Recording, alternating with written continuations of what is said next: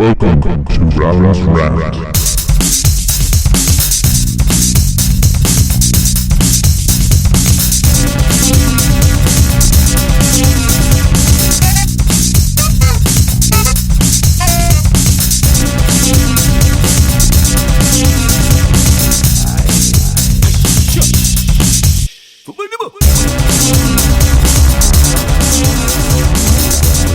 Hello and welcome to Round Rant. Sorry for the long delay. I've been pretty much doing absolutely nothing with my life, so I have zero excuses. But today I'm joined by Dan Leavy, former past pupil of St Michael's and now a professional rugby player for Leinster. So to kick it off in the standard fashion, how's things with you today, Dan? Very well, thank you very much for having me on, Mr. Allen. Well, yeah, no, I'm delighted to get you on. It's been far too long since my last one, but listen, hopefully we'll make up for it now. To kick it off, what would your earliest memory of St Michael's College be? Rugby wise? Could be rugby wise, or it could be something in the classroom that stands out. Well, I did the 14 years in Michael's, so I have a few pretty stupid memories back from when I was younger. I don't know, probably the earliest memory is I used to just mess around in junior infants. I can remember copying someone's test. I think it was Freddie O'Donoghue back in the day in junior infants. Wise man. That's probably my earliest ever memory, which is cheating on a test. Yeah, positive. Yeah. And moving on into the latter years of school, you've obviously got exams. Rugby obviously gets taken up a notch. How important was kind of the senior years of rugby for your 4th, 5th, 6th year in relation to kind of getting you kind of directed towards pro rugby? Yeah, well, I didn't really have your conventional, rise. Myself and Rory O'Loughlin, who's obviously now killing in his, on the international scene and with Leinster as well. We played on the 13s together. Didn't play in the juniors when we were in second year, and myself and Rory were on the under 14s, which is a bit of a mess around. Yeah. We were bowling well, but I don't know. We were just messing, and we didn't really see it as a kind of we didn't see it as a pathway or anything like that. And then we played in third year. Skinner was the coach, and he didn't really. I think he liked Locko more. He didn't really like me. He used to think I was a mess. Well, fair enough, but I didn't really. Again, I was just messing loads and like. I remember a Methody game that ended early because of a big brawl. Yes. And then you were walking back to the changing room and it was like, technically we drew when we were losing by about 20 points. Yeah. Fair. I stand by that as well. I think it technically was a draw. But yeah, I just used to mess too much, and I don't think the coaches really liked me that much. And then when I started off in 4th year, Greg McWilliams was the coach, and I didn't actually want to play in 4th year. I just heard of all the lads. I'm very good mates with Harry Cregan, and he was just telling me how good 4th year was for going on the piss and all this stuff. And I was obviously very young, and I was like, oh, class. And I was planning just to do that, go on the piss for the year. I got roped into a game of the thirds, and we went up and played Blackrock in Blackrock, and I scored like 2 or 3 tries. And Greg just kind of asked me after the game would I play one game for the seconds. We played Ternier, I think came on the second half, and then in Ternier and scored 1 or 2 tries again. And then Greg kind of just said to me, oh, if you do that again you might get a run with the first. And we went down, I think the next game was against Prez Cork away from home, and I played the first half with the senior with the seconds and scored 2 tries again. And then they took me off and said you're going up onto the seniors, and it was a pretty big swing just from like having absolutely no intention to play at all to playing my first game with the seniors against Prez Cork, which is actually a very good team back then that year. And and then it just kind of escalated from there. And then as soon as I got a taste of it, I absolutely loved it. I was playing with Colin Marsh and Emmett McMahon, and that was the kind of year there, and there are obviously some quality bowlers there, Al Kelly and stuff, and I just kind of got hooked then. And then I didn't play any age grade rugby with Ireland or Leinster that year, but I think the year after I was in the Irish setup, but like ever since fourth year I was kind of hooked on it, and then obviously I had another 2 years of playing and stuff, and I just kind of progressed from there really. And then in the final year, obviously you got the schoolboy dream of winning it and being the captain. How big of a part did that play basically in, first of all obviously being an amazing achievement, but also giving yourself the drive to first of all be captain, but secondly be part of the second SET team to actually win in the school's history? Yeah, it was brilliant. I was captain of the Leinster I think it was the skills team, I think. I had never really been captain before, and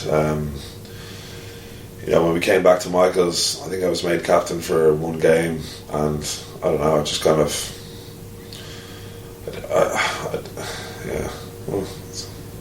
it's a weird one.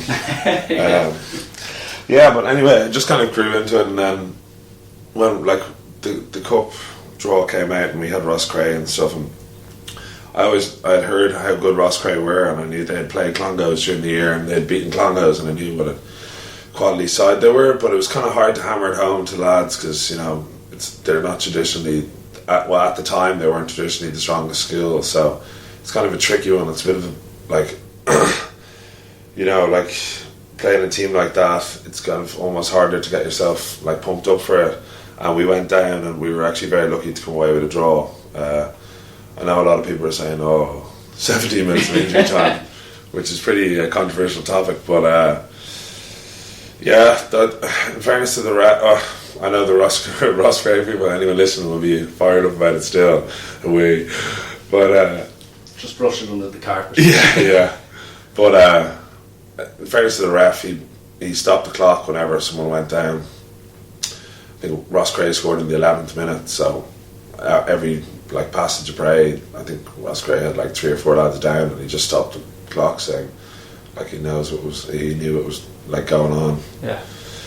So that was that, but things could have gone a lot different if we lost that game. Definitely in terms of publicity and whatnot. To go on and actually win the Senior Cup did a lot at pushing me towards or ahead in the Leinster setup. Definitely, okay. I thought. And did you get straight in to the academy, or did you have to wait here? No, I went straight in. Looking back, I was actually very wet behind the ears heading in. It was a bit of a shock to me, going from being the eldest in school, actually running around as kids, to going into a professional environment, working with playing with players who've got families and kids and stuff, and there's lads who are 15 years older than me, and I remember sitting down once for refuel with Owen Redden. This is probably one of my first couple of days, and I had nothing to chat to him about. I was all I had to chat about was about my 6-year holiday and shit like that. And he was talking about looking after his kids and his little boy and stuff, and I was just wow. So it was an interesting one.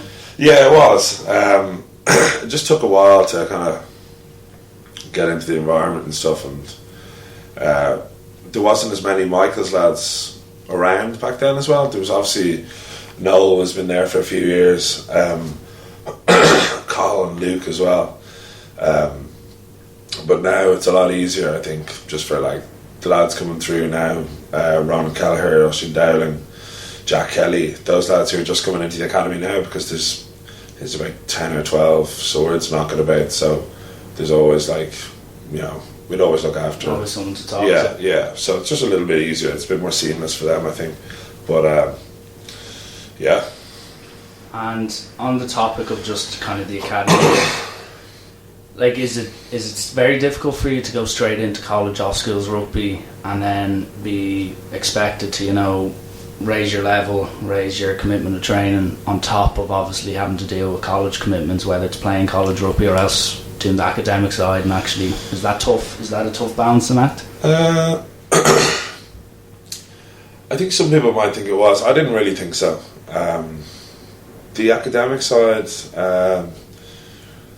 a lot less taxing and stuff. I didn't really head in like that much. I just made sure if there was something important or something I had to go to, that I was there, and I. So like everyone else. Yeah, all the compulsory attendance and stuff. I made sure I hit all them, and then everything else I just tried to like scrap notes at the end of the year, and like I had a few people that helped me out throughout the course. Like a few friends that just passed me notes and gave me advice and stuff when it came to exams, to kind of like study the right topics and stuff like that.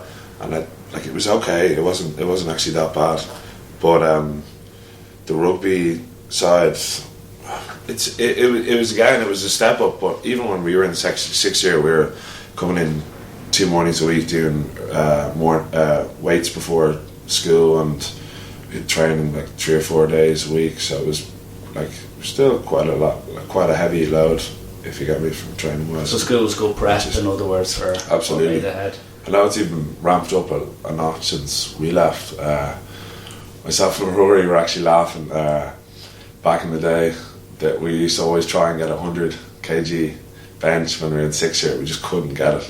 We just couldn't get it. And then you hear lads like, I think Barry Fitzpatrick was doing it for like 3 or 5 reps, 125. And so it's just like, it's even in 3 or 4 years, it's progressed massively. So credit to everyone involved. Okay. And in your first kind of year or two out of school, you obviously get exposed to, AIL rugby and Leinster A rugby, but for you, like, you got exposure there, but probably things that you had to deal with the most was probably, knocks and injuries. Yeah. Just how frustrating was that at the time, to kind of just be into a pro setup and then just getting niggles here and there that prevented you from, hopefully pushing on and getting senior? Yeah. I had like a few ongoing things which were obviously extremely frustrating. I had like a reoccurring hamstring for a little while. I think I had 3 tears in altogether. And I think it was just because I'd come from school where I'd never really had any proper injuries, and I didn't really know how to look after my body properly. So I used to just train so hard and then not recover properly, and then my body obviously just couldn't deal with it. And then the hamstring thing was ongoing, and then it was just like painful looking back. It's actually mad. I fully missed around 3 seasons of rugby, 2 almost full seasons. I got to play a few games. I got back in my first year and played the World Cup with the 20s over in France, which is great. Played the Australians twice, played Fiji, and played the Baby Blacks, which was brilliant. It was kind of like a nice finish to a pretty poor season. And then the next year I was actually captain of the under-20s for the Six Nations, but I ended up, after the 3rd game, the Six Nations, England over in Franklin's Gardens, actually tore my labrum. So that was the end of that, and that was the end of that season as well. So it's frustrating, but I suppose in a way the silver lining is that I kind of learned to like manage my body better, and now I know the kind of like the warning signs and the red flags, how I'm feeling and stuff when I'm prone to get like an injury, a soft tissue thing or whatever. So I've been, touch wood, I've actually been very good since. Just looking for some wood to touch. I've been absolutely fine since, and kind of, I would take that as a silver lining, because now I know how my body works and try to look after it. I'll be able to look after myself a lot better. Okay. And was there ever a period where you doubted if you'd ever get back to where you'd hope to be with all the injuries? Like you look at someone, say like Ed Byrne, who had 2 years out effectively, which was really unfortunate, but now he's back, captain the side in the pre-season, everything seems to be going really well for him. Like, was there times where you were getting up at 7:30 going to do a rehab session going, Jesus Christ, is this ever going to turn for me? No. Or were you just strong-minded and going, listen, it will eventually sort itself out? No, that didn't even run through my mind, to be honest. Okay. I don't know, I was just telling myself, like, if I'm fit and I'm able to play, that I was always able to compete. Even like when I was really young, or even like in my years in the academy, just playing like the pre-season friendlies and stuff, I always just like felt like completely at home at the level. Even playing my first ever game with the seniors was up in Ravenhill. I think they were halfway finished constructing their new stadium, and it was my first actual taste of senior rugby, and I didn't think the pace was any different. I just thought they're bigger guys, but like I had so much time out with injury that I'd actually put on a lot of size as well, and I'd got way stronger, so I didn't really feel out of my depth at any stage really. But yeah, that's what I was always telling myself, that if I was fit and I was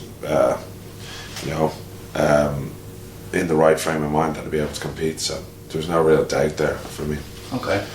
And pretty much like this year was pretty much the big breakthrough year for you in relation to just getting more exposure, playing obviously international rugby and stuff like that. So, at the start of the year, like obviously Leinster are blessed, back row options. Did you have goals in your head in relation to appearances, or were you like, listen, train hard, chances will come, or in other words, like basically what was your kind of mindset going into the start of the season?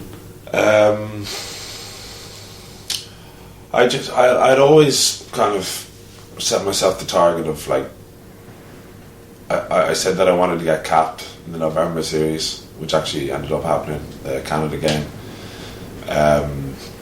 I said that I wanted to be a Leinster first team player, which I kind of thereabouts got to. And like it was a pretty, I played 33 games in the year as well, which is a lot. So it was a good year. Looking back, I didn't really, they were kind of my goals. To keep fit was the main one. To have my hand up for selection every week, and then I kind of just told myself, if I kept fit, if I kept my head in the game, that I'd be thereabouts, and I'd be able to, kick on, and I did. Thankfully enough. And you touched on it there with the November series. What was this? Like, it's kind of a cliched question to ask, but like, what was it like when you actually found out that you were going to be in an Irish camp and, obviously training with, the best players in the country? I do remember the exact to sum it up moment. with one word, yeah, unsettling. Because I actually remember very well. So I'd played pretty much every game for Leinster, and I was on a good run and stuff, and we just played Zebre away from home, and I wasn't in the Irish camp, the November series, to begin with. So I hadn't heard anything. Apparently, actually no, I'll tell it the other way. So myself and Rory Schlacho, we had booked a week in New York together. So we were going to go over and see, a lot of our mates are doing a grad visa over there, so we were going to go over there for a week on the piss pretty much. And I didn't get any notification from the Irish manager or team that I was actually on reserve for the November series, because they had the wrong email address for me. So type me email or? I actually don't know. I don't know what they were using, but basically I was on reserve, fully didn't know, booked my flights, was actually, I think it was 2 days before we were supposed to fly, and I was on the phone to Noel Reid and I was saying, we'll be head out for a few miles, and we were actually going to go out to Zico, and I just got changed, I was about to go out, and I get a call off James Tracy being like, congrats mate, where are you? And I was kind of like, what are you talking about? And he was like, yeah, you're in camp. And I was like, what? It's like, yeah, you've got a room key here and stuff, and you're supposed to be in here in like an hour and a half. Well done. And I didn't know if he was winding me up or not. And I thought, and then I just started freaking out, and I got onto a few other lads, just making sure that like this, because I got no notification at all, and then eventually so I started freaking out, grabbed all my bags. I was like over the moon. I was like fully celebrating with my mum, because my mum was there with me. It was just the two of us, and Yeah, and then I grabbed all my stuff, threw it into the bag, started driving to Carton House, and I got a call off Mick Carney, the Irish manager at the time, being like, just to confirm you are on the way here. And I was bombing it to Carton House. I think I did a record time to Carton House, but I was freaking in the car. Never been more unsettled. Genuinely, never been more unsettled in my whole life. Was bombing it down, and then I just went from holiday mode, just played Zebra, a week off, just about to fly to New York, go out Zico on the piss, to boom, you're playing against Canada this weekend, get your shit together. And wow, it was actually incredible. But then obviously just like I rang my dad on the way out and stuff, said I'm into Irish camp, and he was absolutely over the moon as well, so it was great. But it would have been a lot handier if they had my email address. Basically. So just make sure, for anyone who ever potentially plays, just get their email sorted. And what was the first impressions of like the Irish camp, Joe Smith, etc.? I'd actually been in a few times and trained with Joe. Joe was actually there for my first year in Leinster in the academy, but I wasn't really exposed to him. I had 1 or 2 sessions with him, but nothing serious. But I did know how, he ran things, and the tight shift he runs and stuff.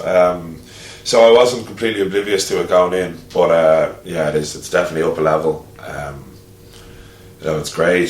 He definitely drives, gets the most out of all his players, and it's an intense environment, but it definitely produces results. Probably why Ireland are competing at such a high level at the moment.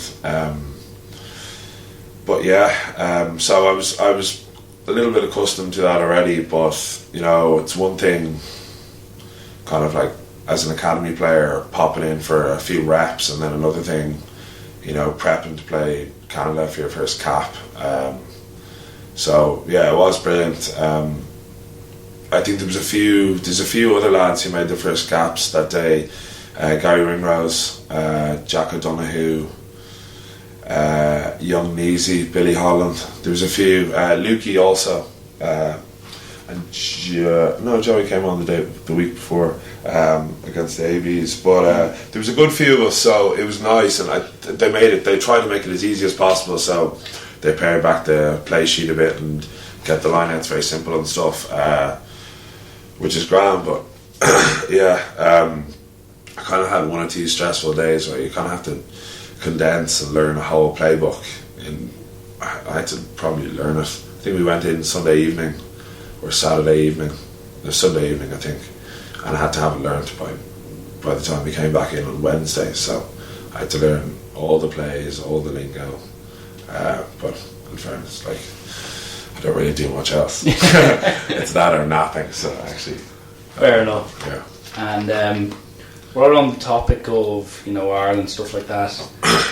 Obviously a few months later the Six Nations comes around, and obviously it built up to that, that not so much decider, but it was Ireland v England in the Aviva, and obviously England had been on that run of games that they hadn't lost, and initially you were thereabouts in the camp, and then ultimately by the end of the week you were coming on and playing a part in the game.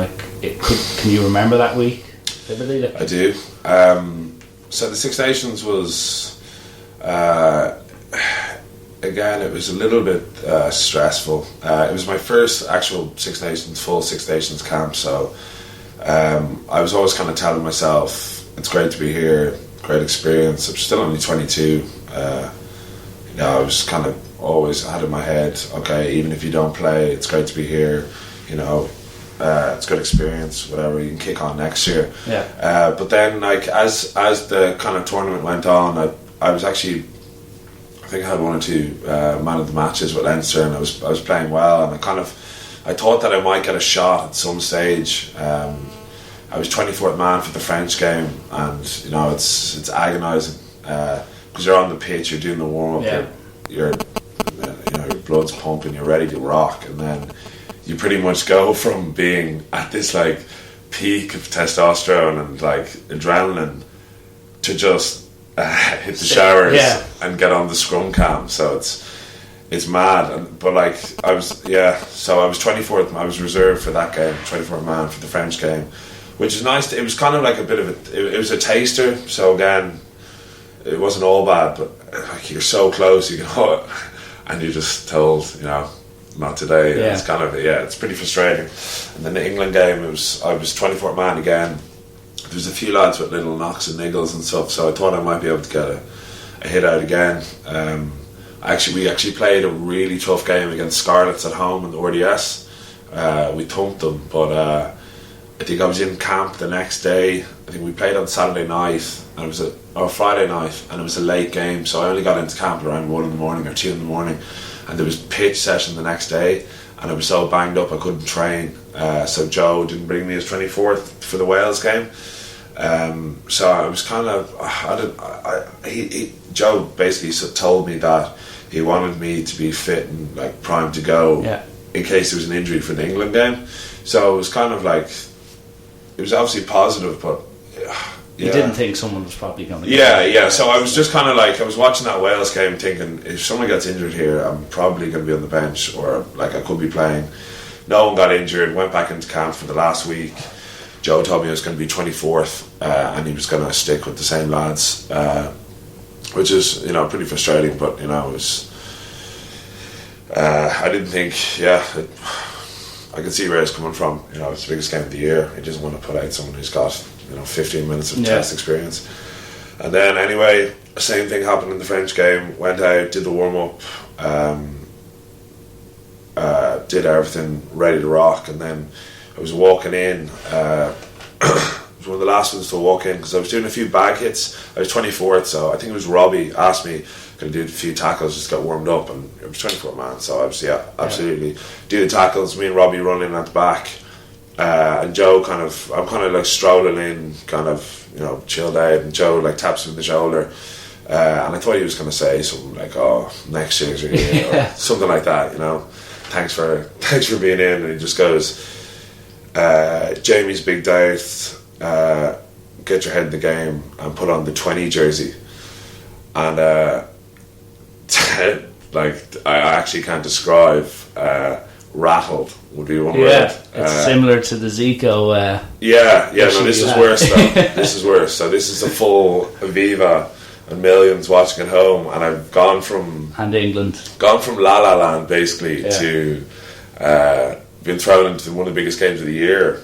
Probably because England had been soccer. So pop on the jersey, and I was kind of like, oh fuck, like here we go. I'd gone from such a, and I think it was because I'd been 24th for the French game. I wasn't lax. I knew my shit, and I was ready to rock and stuff. But I was just kind of like, oh okay, I'm not going to get as pumped as I did for the French thing to just go to the showers, because I don't need to get pumped up to go to the showers. So I was just kind of like, I was walking in, Joe taps me, you're on the bench, and then I had about 2 minutes of work. And then anyway, popped the jersey on, and then I'd gone from literally, I'm going to hit the showers here, I'm going to do scrum cam, and then that's that, to 5 minutes later, team talk, walk out, shoulder to shoulder with Vinny Vinipola. I was like, this is loose. And then went out, ran out. Viva was absolutely incredible that day. I was there actually. Wow, it was special. I remember actually the warm up taking place, and then I remember the first thing I did was when the national anthems were going up. The most distinguishable person you can probably see is Jamie Heaslip with his head tape and his hair. And I was like, there's no Jamie Heaslip in the team. And then they're like, no, he's playing. And then I noticed you were there. So it was a cool moment. Obviously, unfortunate that there's an injury, but it was cool to see, especially with Luke there involved as well. Yeah. No, it was mad. And what was the game like? The game, it was fine. I came on with 15 to go. And it was, I think it just started drizzling, so it was a little bit wet, so everything tightened up a lot. It was mad. I was just, all I had in my head, discipline, don't be the idiot who gives away a penalty and loses this for Ireland. So just kept squeaky clean, made my tackles, made my carries, did everything by the book, didn't make any like risky decisions, and then stayed away from other. Like I went into 1 or 2 rucks, but I didn't want to we were ahead at that stage, and there was no need to like force anything. But I can remember in my head, I think I just made 1 or 2 tackles in a row, and in my head I was just I had this voice telling me, don't be the lad who fucks this up. And I was just like, get up, you can't miss this tackle, get up, go. And it was like this internal pressure that I've only ever had it a few times, but it was incredible to get the win, and the crowd and stuff was crazy. And then it was bizarre though, just to go from where I was a few weeks previous, 24th in the French game, to standing on the pitch watching England get their Six Nations trophy, which is kind of strange. It was kind of bittersweet. It was a weird atmosphere. But walking around doing a lap of honour, clapping. Yeah. What is going on? But, so how important do you reckon you're, like, obviously you need to be talented, you need to do all the training, detail, all that, but how important is it for your mindset to be rock solid in situations where you can go from sub to start, and you can go from reserve, as you were saying, looking for shampoo, and then suddenly you're putting on the jersey? So like, how important do you think it is to have a really tough, hard mindset that you just got to be prepared for absolutely anything? It's 80% mental, 20% physical is what we're told. I think the main thing when you're going to play a game is just to make sure you know your detail, because as soon as you know your role and what was expected of you, everything else can kind of settle. So what I always try and do for matches and stuff is learn my detail earlier in the week, so I can just kind of like park it and start to build the kind of emotion, the physicality towards the end of the week. As soon as you know it, you can chill out, you can have a laugh, and like get yourself primed for the kind of physical concentration that's gonna come. But so with the England week, I'd been in for weeks at that stage, so I knew everything off by heart. I was ready to rock. I wouldn't say I was lax, but I was definitely more chilled than I was for the French game. But like when I got told, bar that few moments of chaos in my head, like after the anthems and stuff, it's a game of rugby at the end of the day. So it was fun. And then Six Nations finishes up, and then it obviously gets to the business end of the season with Club Leinster. And did you feel like you kind of got a bit of a kind of confidence boost by getting the international exposure in the November, and then obviously at the end the Six Nations? That give you confidence to kind of go, right, get myself into this Leinster team, but then once I get in there, actually perform and really put in strong performances in Europe and also in the league? I wouldn't say it gave me a confidence boost. I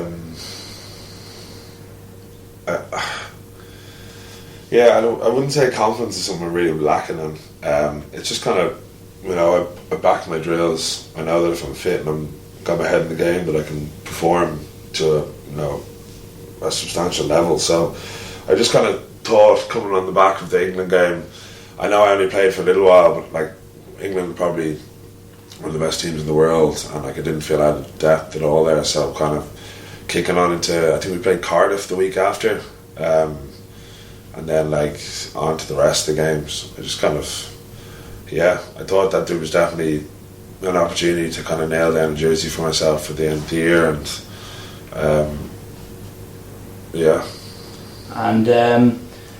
obviously Leinster, they might not have come away with the silverware everyone was hoping for, but like they definitely did have if you base it on performances, they definitely had a really strong season. But just speaking like about the Champions Cup, speaking about the Pro 12, like they put in strong performances in those competitions, but just how disappointing was you individually and as a team to get into those positions where you're on the cusp of a trophy and then ultimately come away with nothing? It's obviously massively frustrating and disappointing. The Claremont game was it was a pretty shit day at the office, to be honest.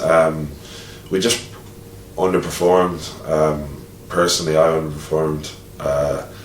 and like we were sitting in the meeting on Monday, and it wasn't nice.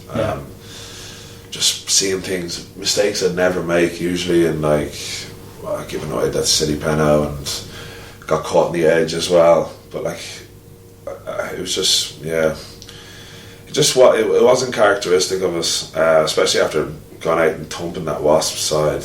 You know, and everyone was full of confidence. Fairness to Claremont, they were very, very good.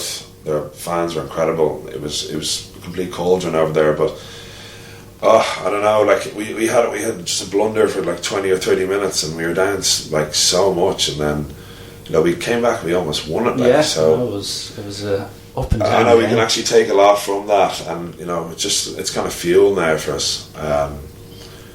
Personally, if I like thinking back to that, I was just kind of like, that's not going to happen to me again, because it was really, really tough. And like I was just like, even just walking down the street, I felt almost embarrassed, like just losing like that. And I don't know, we do a lot of work on like mental toughness, and like but it definitely does. Like no matter what, like how much you try and like work on your like mentality and stuff, it's gonna hurt, and I think it's kind of to use that pain to kind of motivate yourself and learn from it and make sure it doesn't happen again is kind of the main thing. So the amount of time Stu or Leo refers to the Claremont game or the Scarlet semi-final and stuff, it is painful to think about, but to get better you kind of have to learn from your mistakes. So it's been brought up a lot of times already this season. I think this season we're going to kick on massively from where we were last year. Even the shape and the brand we're playing at the moment.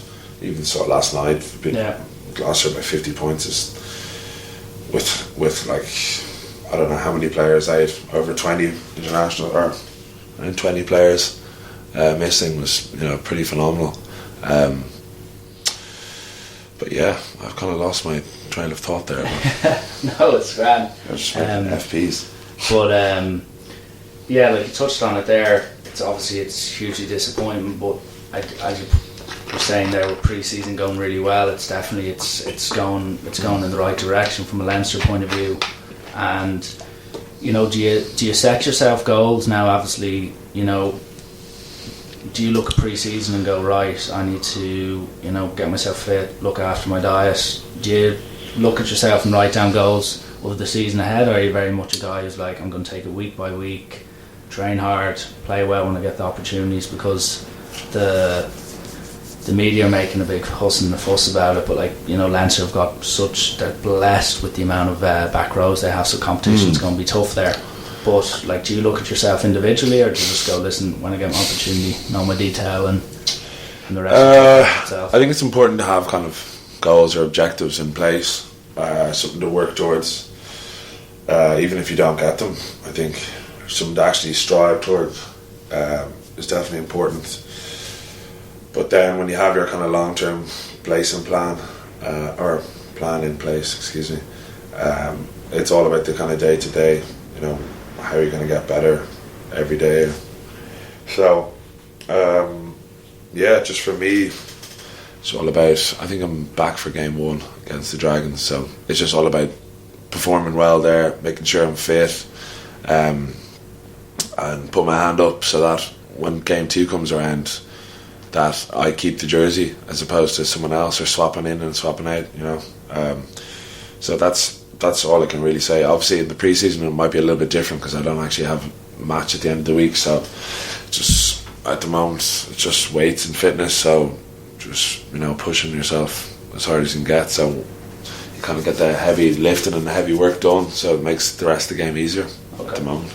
And probably the last question I'll ask you, just on the rugby front, would be, you've been now in Leinster for 4+ years, and like when you first walked in the door, you got obviously tasters of the environment, whether it was academy or doing a few sessions with the seniors. What do you think is the most noticeable change that has taken? Obviously there's been personnel changes, but from maybe like a culture point of view and how it works day to day, has there been any significant changes of note?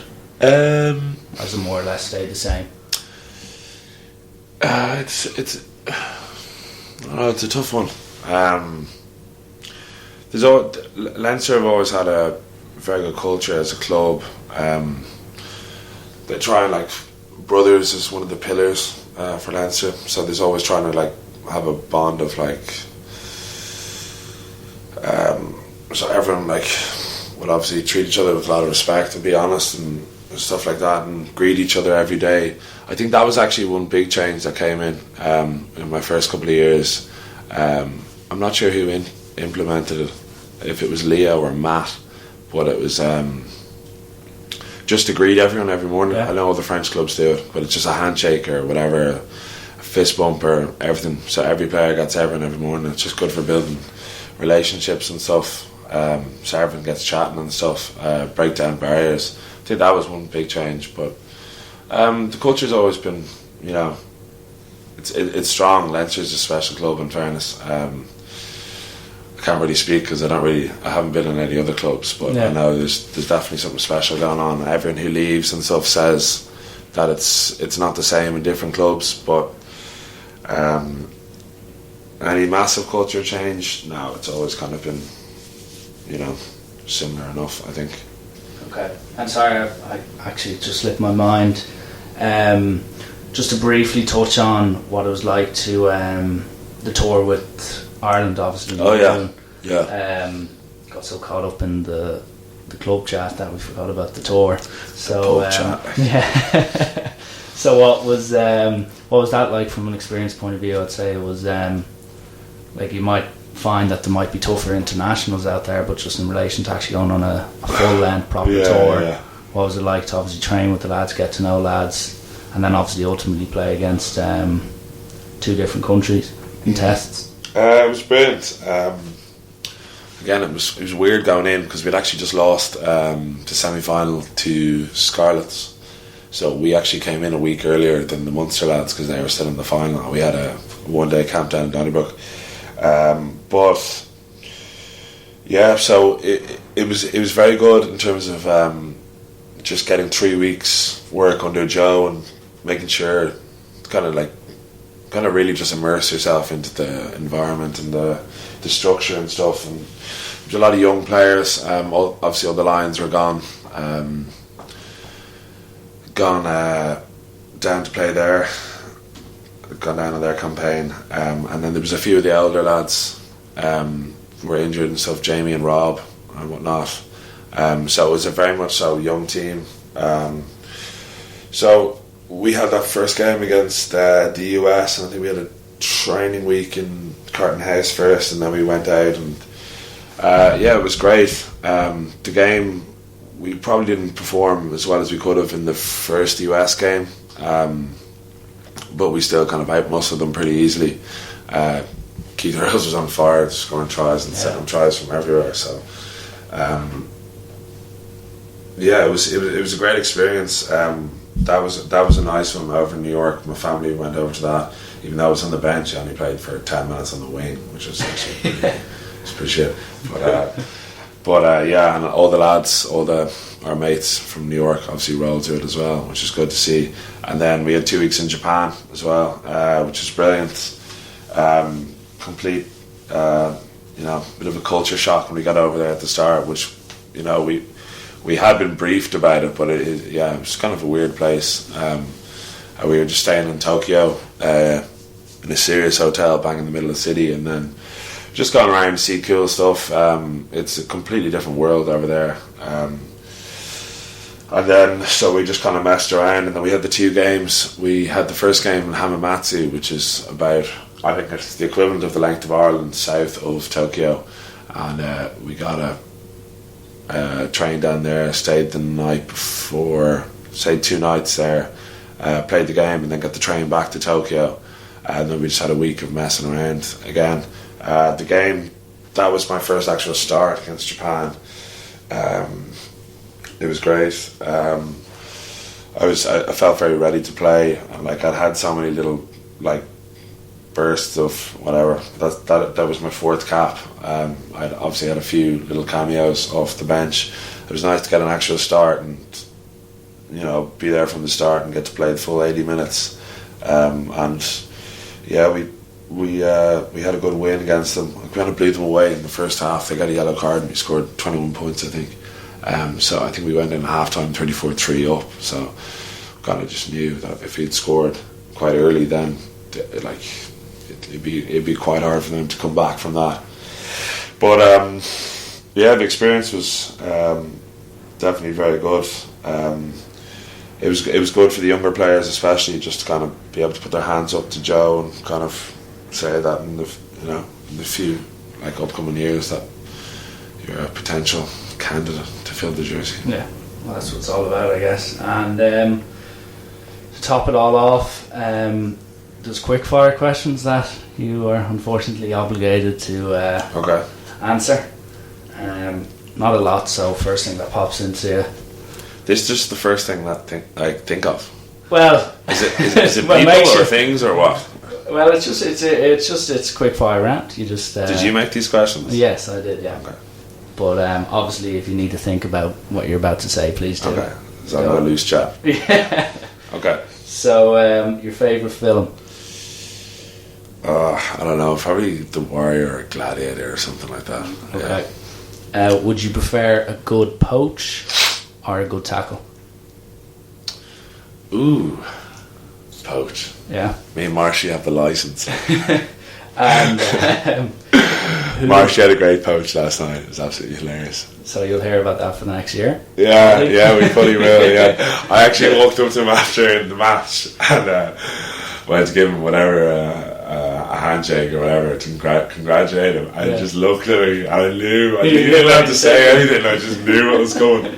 Absolutely hilarious. Oh. He's called himself the Clamper. The Clamper. Yeah. Says he's going to charge Gloucester €80. Oh, he's never short of chat. Anyway. Yeah. Who was the toughest opponent you faced thus far? I have played. There was two lads that kind of stick out. I played Marrow, and I always thought he was quite difficult to deal with. He's just a big brute, and he's just like counter-rucking everything. A pest. He's a pest. Yeah. Him and also he used to play with Toulouse. I think he's still there. Camara, French flanker. He's played for France a few times as well. Me and him used to just try to kill each other back in the day. I played against him a few times, but I haven't played him in years. But yeah, that was good crack. Tea or coffee? Coffee. And your favourite TV show? It's got to be Thrones, but I like a few weird shows. I like Rick and Morty a lot. It's just kind of light watching. Yeah. I like Power. I watch pretty much all the shows because I don't really do anything. I just train and then sleep. Train and do naps. I train, I eat, I sleep, I eat, and then I just mess around watching shows. I have a new PlayStation game at the moment, which is Seacoast. What is it? Horizon. Horizon. You ever heard of it? I haven't, no. That's very good. I'm not a big gamer at the minute, but I'll look at it. It's actually ruining my life because I'm forgetting to eat and stuff and not napping as much. Just play. What would your favourite holiday destination be? I went to Vietnam this year. It was good crack, but I went to Bali the year before and absolutely loved it. I thought it was class. So Bali? Probably Bali, yeah. Okay, last two. So night in or night out? Ooh. Night out. Yeah. Yeah. And lastly, describe yourself in 3 words. It's always a tough one. It is a tough one. Without sounding like a complete. It's tough not to sound like an idiot. I actually got asked this question in front of there was some Vodafone chat that a few of us had to do in the Aviva. I was honestly in front of about 800 people and I made such a tit of myself. I said a joker, which is just shit. A joker? Yeah, it's just shit. Robbie Henshaw described himself as hungry, which I'd also describe myself as. Okay, that's one. Hungry. So always looking to feed. Hungry. See, it's it'd be easier if you described me in 3 words. Yeah, but that's an easy thing to do. I don't know. Hungry. Hungry. Very hungry. Very, all very. the time. Okay. We'll leave it at that. It's difficult. But listen, thanks a million for coming on. Really No appreciate problem. it. Looking forward to part 2 already. Part 2, yeah, we'll get you and Brian O'Mara on and talk about your history class. Bunting. Eucharistic condoms. He's still boasted at the grades he gets constantly, but I probably didn't tell you this, but I actually had to go to Bomber a few weeks before. This is probably loose chat. It was like a few months before the leaving, and I was just kind of like, Bomber, I'm so fucked here. I was like, I literally don't know anything. And in fairness, he actually sorted me out. I actually got a B1 in the end. But, do you remember I used to ask you history questions in the study? I would sometimes come up to you and go, I'm going to go 15 questions, short questions on history. Yes, I do remember that actually. Because I had absolutely nothing better to do with my 3 hours in study. No, you did not. Yeah. Well, it worked out well in the end. It did, yeah. But now listen, thanks a million for coming on. Wish you obviously all the best with the rest of the pre-season, and sure speak on behalf of pretty much everyone. We're looking forward to the rugby season. Thanks very much. I hope it wasn't too much from the pot. No. We'll let the listeners be the judge of that. But anyway, listen, thanks a million. Alright, cheers, boss.